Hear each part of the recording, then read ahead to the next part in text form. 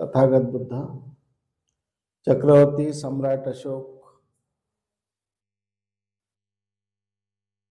जगातील ज्ञानाचे प्रतीक, symbol of knowledge, समतेचे प्रतीक, सिंबल ऑफ इक्वॅलिटी, या देशातील संविधानाचे निर्माता, बुद्धायन धम्मा ग्रंथाचे निर्माता, बोधिसत्व डॉक्टर बाबासाहेब आंबेडकर, माता रमाई, सर्व महामानवांना मी अभिवादन करतो. उपस्थित सर्व श्रावक संघ, उपासक उपासिका सर्वांना नमो बुद्धाय, जय भीम. मागच्या वेळेस जो विषय झाला होता तो विषय नैतिकताचा विषय होता. नैतिकतेचा अर्थ अतिशय महत्त्वाचा आहे आणि बुद्ध धर्मामध्ये नैतिकता ही इतर धर्मातील ईश्वराचे जे स्थान आहे ते स्थान बुद्ध धर्मामध्ये नैतिकतेला आहे. याच्यावर चिंतन करणे गरजेचे आहे की एखादी व्यक्ती 5 शिलाचं पालन करतो, पंचशिलाचं पालन करतो, परंतु त्याच्यामध्ये नैतिकता नसेल, त्याच्यामध्ये मैत्रीभाव नसेल, करुणाभाव नसेल, बंधुभाव नसेल, तर तो फक्त आपलं स्वतःचं कल्याण करू शकेल, परंतु इतरांचं कल्याण करू शकणार नाही. आणि बुद्ध धर्म हा सामाजिक आहे, धर्म हा व्यक्तिगत आहे आणि बाबासाहेबांनी दिलेला बुद्ध धर्म हा सामाजिक आहे. त्यामुळे एखादी व्यक्ती किती चांगला असेल परंतु त्याचं इतरांसोबत पटत नसेल, समजून घेत नसेल इतरांबद्दल त्याच्या मनामध्ये करुणाभाव नसेल, तर तो धम्मामध्ये त्याचं स्थान नाही आहे. म्हणून इतरांशी आपले संबंध कसे असावे, इतरांशी आपले संबंध मैत्रीचे असावे, प्रेमाचे असावे, करुणाचे असावे, बंधुभावाचे असावे, याची एक प्रकारे मार्ग नीती, इतरांशी चांगलं वागण्याची नीती किंवा मार्ग, बंधुभावाने प्रेमाने वागण्याचा मार्ग म्हणजेच त्याला नीतिमत्ता म्हणतात, नैतिकता म्हणतात. आणि याच्याशिवाय आपल्याला पर्याय नाही आहे.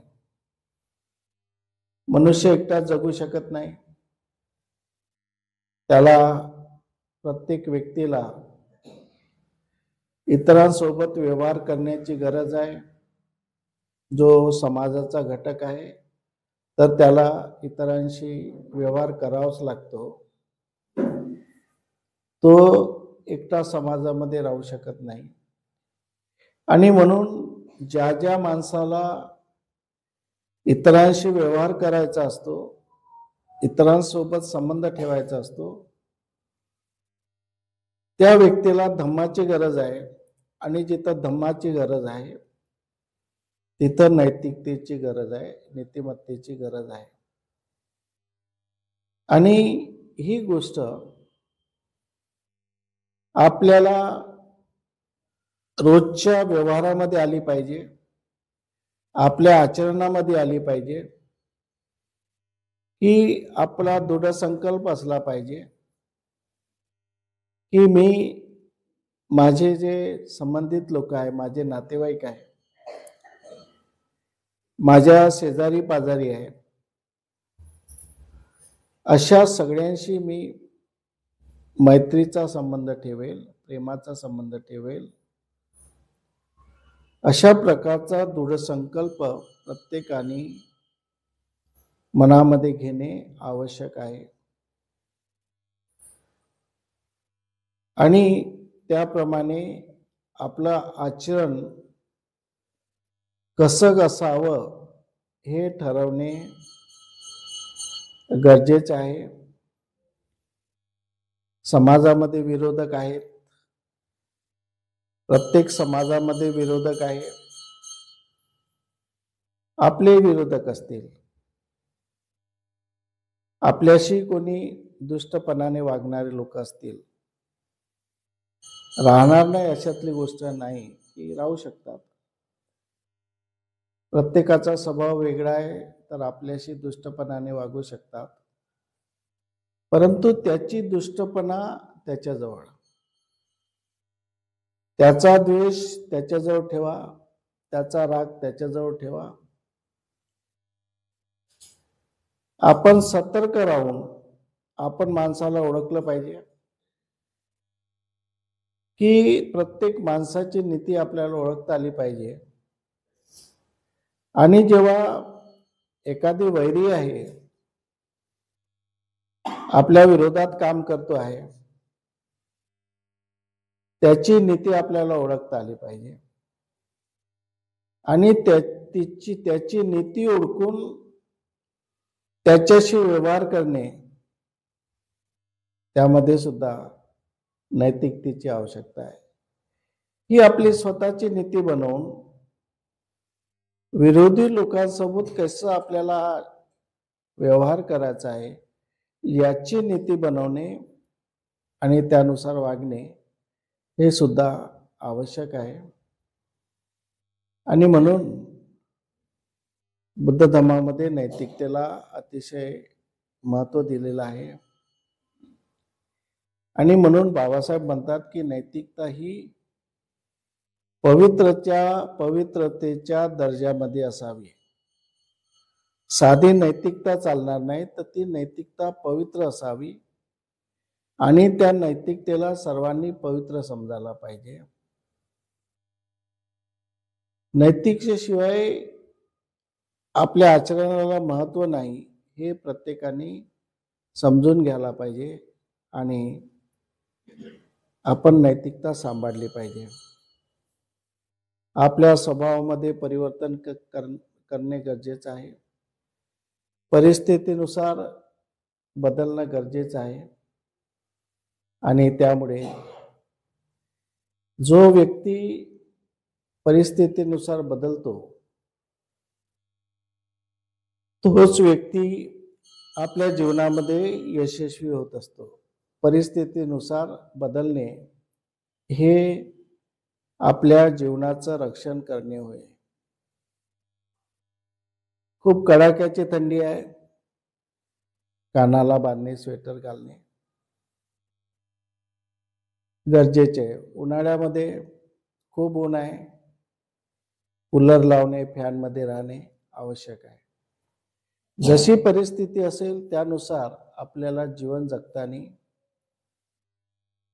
त्या गोष्टीचा वापर करणे गरजेचं आहे. आणि म्हणून परिस्थितीनुसार आचरणामध्ये बदल करणे आवश्यक आहे. म्हणून आपल्याला नीती ठरवायची आहे, नैतिकता ठरवायची आहे की आपण आपल्या मित्रासोबत कसं वागायचं आणि आपले शत्रू असतील त्याच्यासोबत कसं वागायचं. बाबासाहेब म्हणतात तुम्हाला संघर्ष जरी करायचा असेल तरी तो संघर्ष द्वेष ठेवून नाही करायचा, द्वेषासाठी संघर्ष करायचा नाही. संघर्ष स्वरक्षणासाठी करायचा, आपल्या स्वतःचं रक्षण करण्यासाठी संघर्ष करायचा आहे. आपण सुरक्षित राहिलो पाहिजे, आपल्याला सुरक्षित ठेवण्यासाठी संघर्ष करायचा आहे.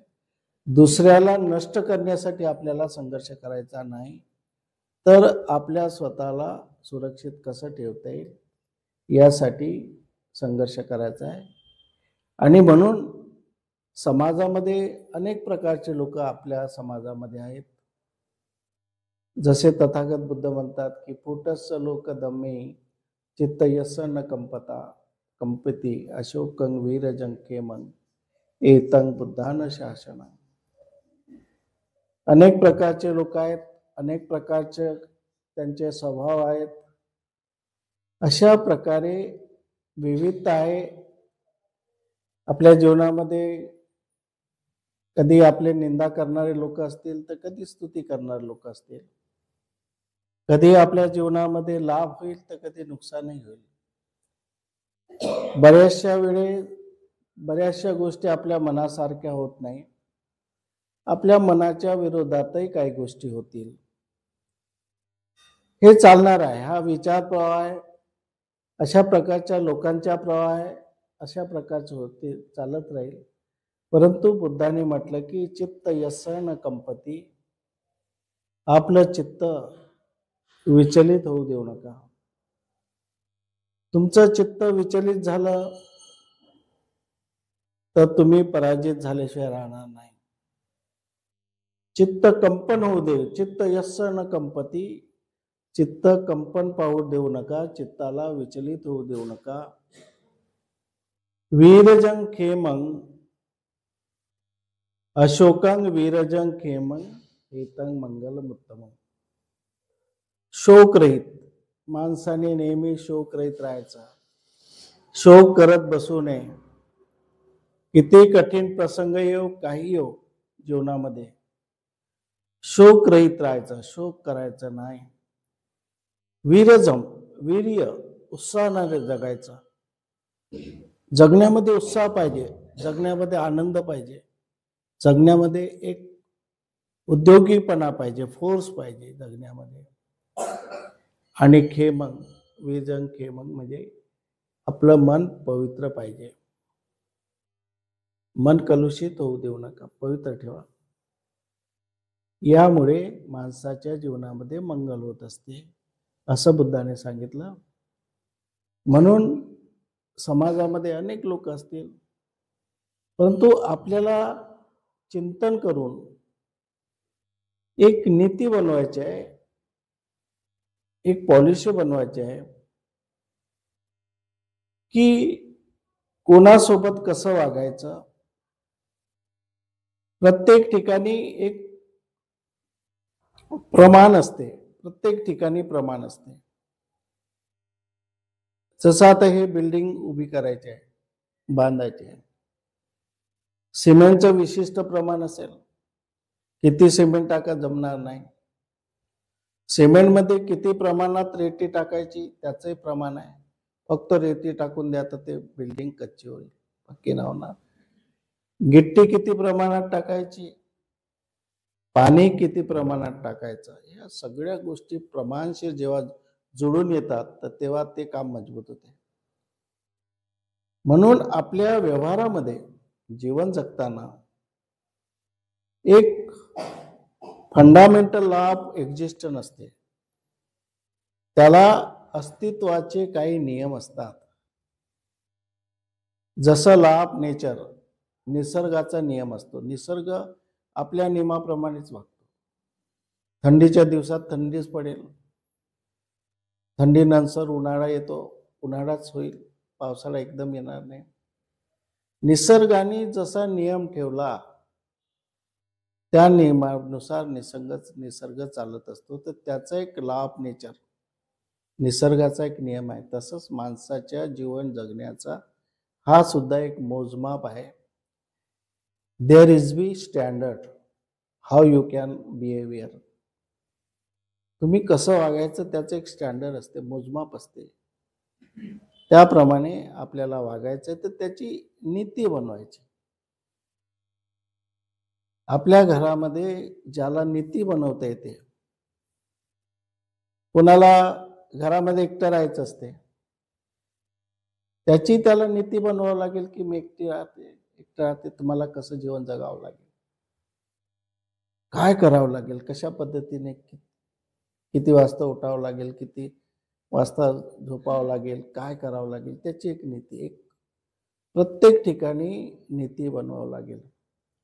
आणि म्हणून ज्योतिबा फुले काय म्हणतात की विद्येविना नीती गेली, नीतीविना गती गेली.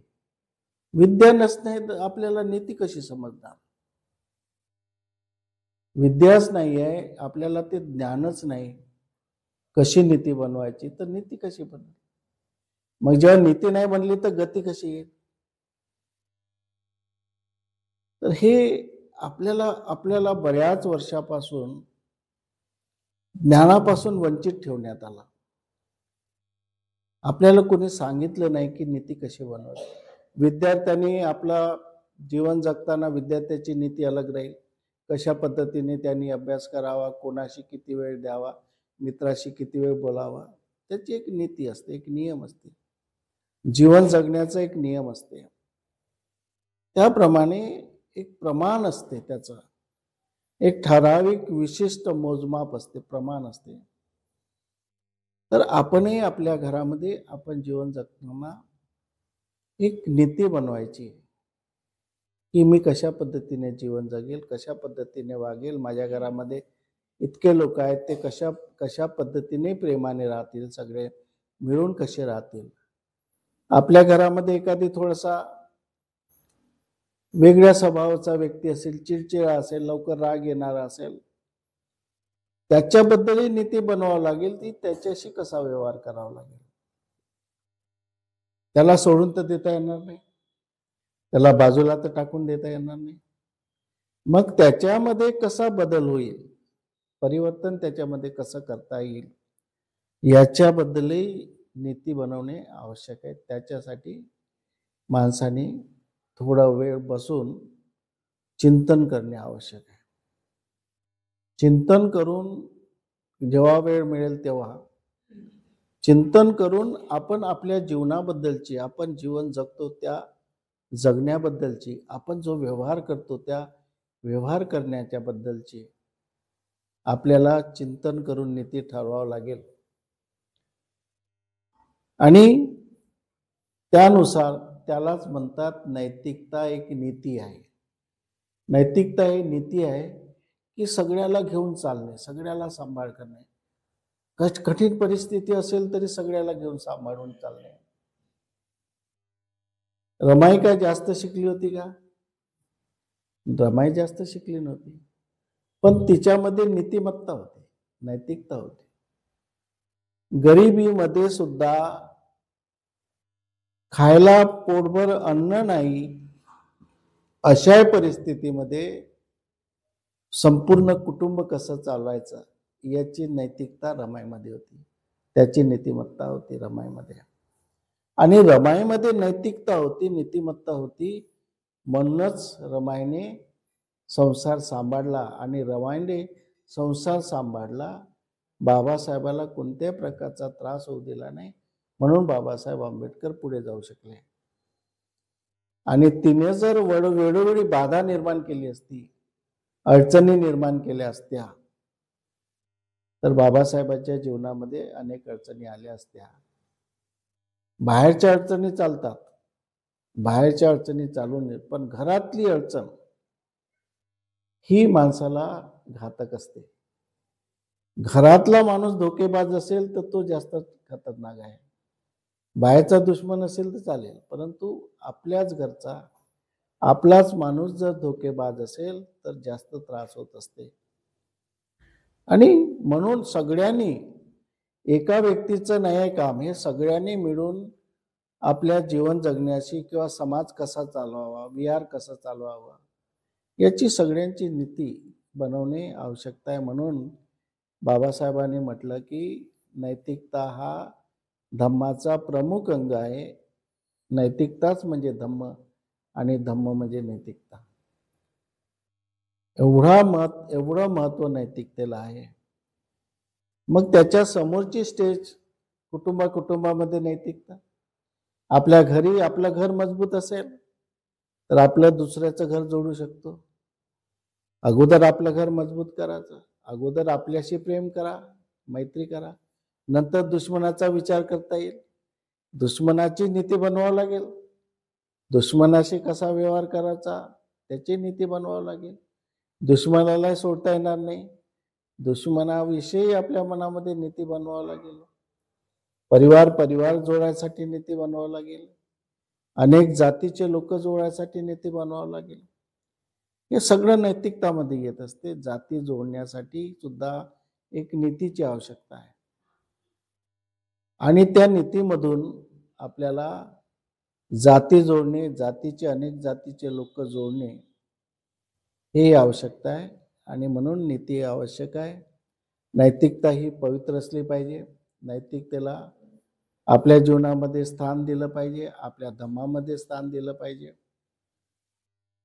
जसं आपण बुद्धाला स्थान देतो, बाबासाहेबाला स्थान देतो, तसंच नैतिकतेला आपण स्थान दिलं पाहिजे. नैतिकता ही आवश्यक आहे. हा जो याच्या पूर्वीचा झालेला विषय, त्याबद्दल मी एक उजळणी म्हणून तुमच्याशी चर्चा केलेली आहे. याबद्दल आपलं लेक्चर झालं, याबद्दल तुम्हाला माहिती आहे. आजचा